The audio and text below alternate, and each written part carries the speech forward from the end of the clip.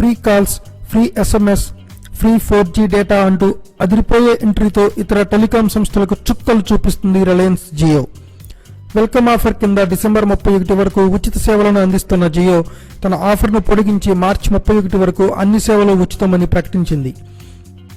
దీంతో వినియోగదారులు కూడా పండగ చేసుకుంటున్నారు. అంతా బాగానే ఉంది అనుకునే లోపే BSNL ప్రకటించిన అన్లిమిటెడ్ ఆఫర్తో ఒక్కసారిగా షాక్ తింది. జనవరి 1 నుంచి BSNL కొత్త ఆఫర్ని ప్రవేశపెట్టనుంది.